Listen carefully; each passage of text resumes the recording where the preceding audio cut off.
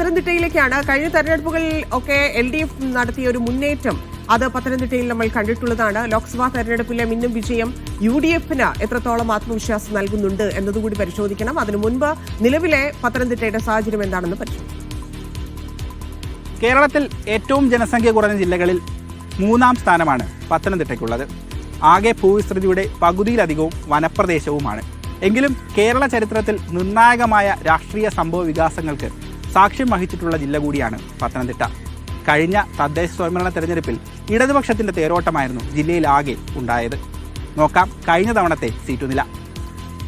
പത്തനംതിട്ട ജില്ലാ പഞ്ചായത്തിൽ ആകെ 16 ഡിവിഷനുകളാണുള്ളത്. അതിൽ 12ഇടത്തും LDF-നായിരുന്നു വിജയം. 4ഇടത്ത് UDF വിജയിച്ചു. BJP-ക്കും മറ്റുള്ളവർക്കും സീറ്റുകളൊന്നും നേടാനായില്ല. നഗരസഭകളുടെ കണക്കെടുത്താൽ 4 നഗരസഭകളാണ് ജില്ലയിലുള്ളത്. അതിൽ 2ഇടത്തും LDF-നാണ് ഭരണം. ഒരിടത്ത് UDF-ഉം ഒരിടത്ത് BJP-യും ഭരിക്കുന്നു. ഇനി ബ്ലോക്ക് പഞ്ചായത്തുകളുടെ കണക്കെടുത്താൽ 8 ബ്ലോക്ക് പഞ്ചായത്തുകളാണ് ജില്ലയിലുള്ളത്. അതിൽ 7ഇടത്തും LDF-നാണ് ഭരണം. ഒരിടത്ത് മാത്രമാണ് UDF ഭരിക്കുന്നത്. ഗ്രാമപഞ്ചായത്തുകളുടെ കണക്കെടുത്താൽ 53 ഗ്രാമപഞ്ചായത്തുകൾ ജില്ലയിലാകെയുണ്ട്. അതിൽ 31ഇടത്ത് LDF-ഉം 19ഇടത്ത് UDF-ഉം 3ഇടത്ത് BJP-യും ഭരിക്കുന്നു. SDPIക്കും BJP-ക്കും നിർണായക സ്വാധീനമുള്ള വിവിധ മേഖലകളും ജില്ലയിലുണ്ട്. കണ്ടറിയാം ഇത്തവണത്തെ തെരഞ്ഞെടുപ്പിൽ പത്തനംതിട്ടയുടെ പടക്കളത്തിൽ ആര് വിജയിയാകുമെന്ന്.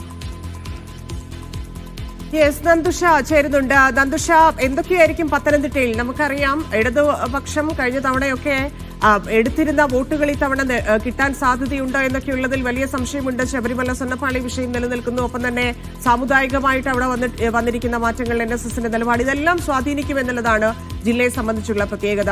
ഏതു തരത്തിലായിരിക്കും, ഏതൊക്കെ വിഷയങ്ങളായിരിക്കും ഓരോ മുന്നണികളെയും സ്വാധീനിക്കാൻ പോകുന്നത്? എന്താണ് പൊതുവെ വോട്ടർമാരിൽ ഉണ്ടായിരിക്കുന്ന മാറ്റം? സ്വർണ്ണപ്പാളി ശബരിമലയും ഒക്കെ പത്തനംതിട്ടയിൽ ചർച്ചയാകും എന്നുള്ള കാര്യം ഉറപ്പാണ്. പക്ഷേ 82-ൽ ജില്ല രൂപീകരിച്ചതിന് ശേഷം ഇതുവരെ നടന്ന തെരഞ്ഞെടുപ്പുകളിൽ ജില്ല ആർക്കും ഒരു കുത്തക ജില്ലയായി എഴുതി കൊടുത്തിട്ടില്ല എന്നുള്ളതാണ് വ്യക്തമായ ചിത്രം. കാര്യം കഴിഞ്ഞ പാർലമെന്റ് തെരഞ്ഞെടുപ്പിൽ UDF ആണ് ജില്ലയിൽ ഉടനീളം വലിയ തേരോട്ടം നടത്തിയതെങ്കിലും അതിനു മുൻപ് നടത്തിയ നിയമസഭാ തെരഞ്ഞെടുപ്പിൽ 5 മണ്ഡലങ്ങളിലും LDF-ന് വലിയ വിജയം നേടാനായി. അതിനു മുൻപ് നടന്ന തദ്ദേശ സ്വയംഭരണ തെരഞ്ഞെടുപ്പിലും LDF വലിയ മുന്നേറ്റം കാഴ്ചവെച്ചു. എന്നാൽ ഇരു മുന്നണികളെയും പ്രതിസന്ധിയിലാക്കിക്കൊണ്ട് വിവിധ പോക്കറ്റുകളിൽ BJP-ക്ക് കൃത്യമായ സ്വാധീനവും നേടാനായിട്ടുണ്ട്. പന്തളം നഗരസഭയിൽ ആകെ സീറ്റുകളുടെ ഭൂരിപക്ഷവും പിടിച്ചുകൊണ്ട് BJP അധികാരത്തിലെത്തുന്ന വലിയൊരു കാഴ്ച കൂടി കാണാനായി. അതോടൊപ്പം കുളനട പഞ്ചായത്ത് BJP-ആണ് ഭരിക്കുന്നത്. LDF-ഉം UDF-ഉം നിർണായകമായി പല കാലങ്ങളിൽ കൈവശം വെച്ചിരുന്ന പല പഞ്ചായത്തുകളുടെയും ഭരണം BJP പിടിക്കുന്നു. അതോടൊപ്പം SDPയുടെ സ്വാധീനം വളരെ വലിയ രീതിയിൽ പത്തനംതിട്ട നഗരസഭയിൽ ഉൾപ്പെടെ വർദ്ധിച്ചു വരുന്നുണ്ട്. ഏതായാലും പത്തനംതിട്ട, അടൂർ, തിരുവല്ല, അതോടൊപ്പം പന്തളം നഗരസഭകളിൽ നിർണായകമായ പോരാട്ടമാണ് നടക്കുന്നത്.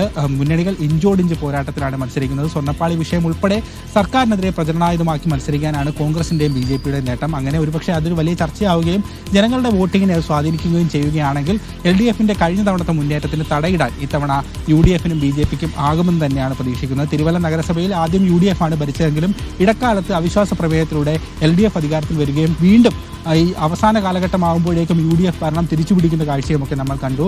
പത്തനംതിട്ട നഗരസഭയിൽ ഉറച്ച കോട്ടയെന്നാണ് LDF അവകാശപ്പെടുന്നതെങ്കിലും LDF-ന്റെ പക്കൽ നിന്ന് പത്തനംതിട്ട നഗരസഭ തിരിച്ചു പിടിക്കുമെന്ന ആത്മവിശ്വാസത്തിലാണ് UDF-ഉം നിലവിലുള്ളത്.